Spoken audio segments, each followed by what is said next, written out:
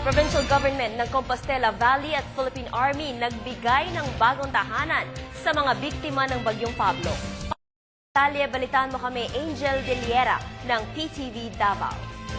Philippine Army ay naging prominenteng kaakibat ng mga pamahalaan sa pag-implementa ng pagtatayo ng mga kabahayan para sa biktima ng bagyo sa bahaging silangan. Ang provincial government kasama ng Philippine Army ay nag-abot ng 31 bagong bahay mula sa 100 kabahayan na kasalukuyan pang tinatapos para sa mga kabilang sa Community Recovery Assistance Center ng Barangay Alegria sa Katiil.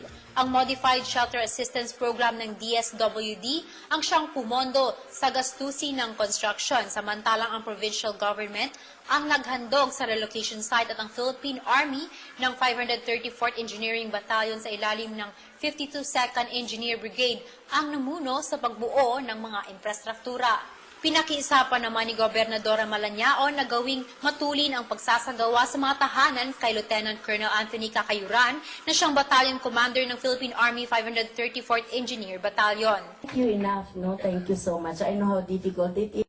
And even despite na nandyan na yung Yolanda, yung lahat-lahat na daata ng kalamidad sa ibang lugar, and yet, wala ka nagsabi sa akin, sorry, Gob, at nasad ni, di ba? So they have stayed. Nung nag-operate pa kami sa Negros at kilala ko, nag-operate siya sa EOR ko. Nung panahon yun, ako yung may-ari ng EOR, pumasok siya sa EOR ko. Ngayong panahon naman na ito, sa kanya yung EOR, ako yung pumasok dito. So, Sa gitna ng turnover ng seremonya, taos-pusong pasasalamat ang ipinamalas ni Brigadier General Mutiang Pili sa provincial government na siyang nagbigay daan sa mga sundalo na makibahagi sila sa paghandog serbisyo sa mga mamamayan.